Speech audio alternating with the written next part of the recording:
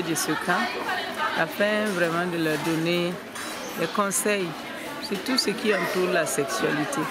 Parce que la sexualité ne se limite pas à l'acte sexuel même. Il y a beaucoup de choses autour.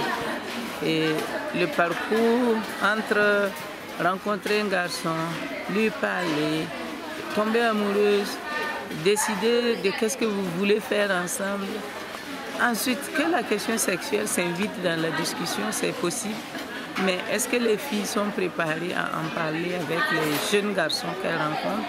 Ça, parfois même on voit qu'elles ne sont même pas amoureuses. Ils ne sont pas amoureux.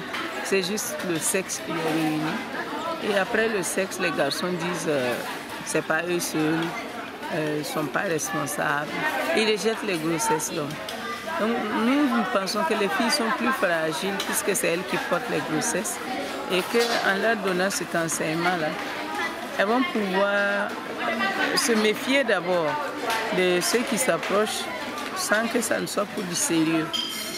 Ensuite, faire de leur mieux pour rester le plus longtemps possible abstinente jusqu'au mariage de préférence pour ne pas passer d'homme à homme parce que si les hommes viennent juste pour avoir les rapports avec elles et après ils s'en vont, bon, avec le temps, elles finissent par perdre confiance en elles-mêmes et ne savent même plus comment choisir le partenaire, sinon de retomber chaque fois dans le même piège et le même type d'homme avec les mêmes conséquences. Cette année, le thème c'est « Non au cadeau contre sexe » puisque on a vu que beaucoup de filles ne savaient pas que quand un garçon te donne un cadeau, tu n'es pas obligé de coucher avec lui.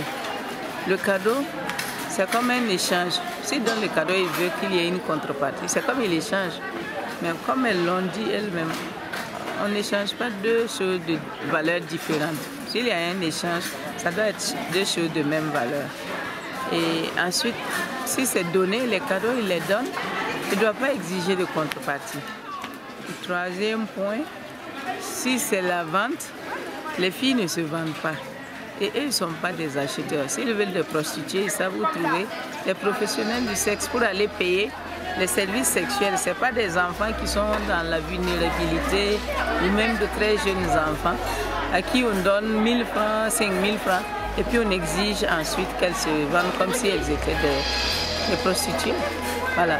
Donc, nous avons parlé de ça avec les filles, le développement personnel, la valorisation de soi, l'acceptation de soi, l'affirmation de soi, même le développement de la confiance en soi pour pouvoir se défendre, parler quand elles sont en situation d'être sollicitées par des hommes, qu'elles puissent vraiment défendre leurs droits.